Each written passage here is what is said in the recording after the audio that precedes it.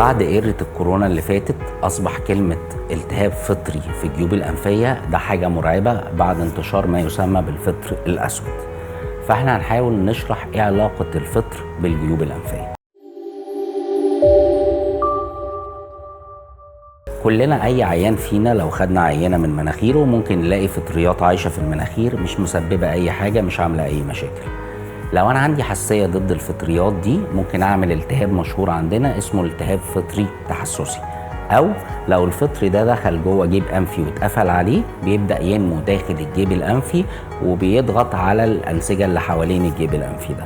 ساعتها علاج المريض ده لازم ان احنا نفضي كل الفطريات اللي في الجيوب الانفيه ونفضي اللحميات اللي عملتها، ولازم المريض ده يمشي على علاج على طول عشان يمنع تكرار حدوث الالتهاب الفطري التحسسي. لكن الفطر لو دخل جوه الجسم، يعني لو عدى الاغشيه المخاطيه، هيعمل نوعين من الالتهاب الفطري الاعلى خطوره، وهي دي اللي فعلا بنخاف منها.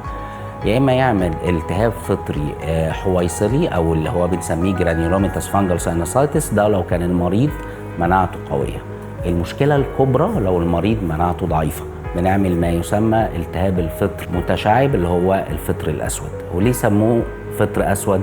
هو مش لون الفطر اللي اسود، هو الفطر ده بيخش بيقفل الاوعيه الدمويه في المكان المصاب، فالدم ما يوصلش للمكان ده، فالانسجه تموت، فالفطر يقدر يعيش ويتوغل للانسجه المحيطه.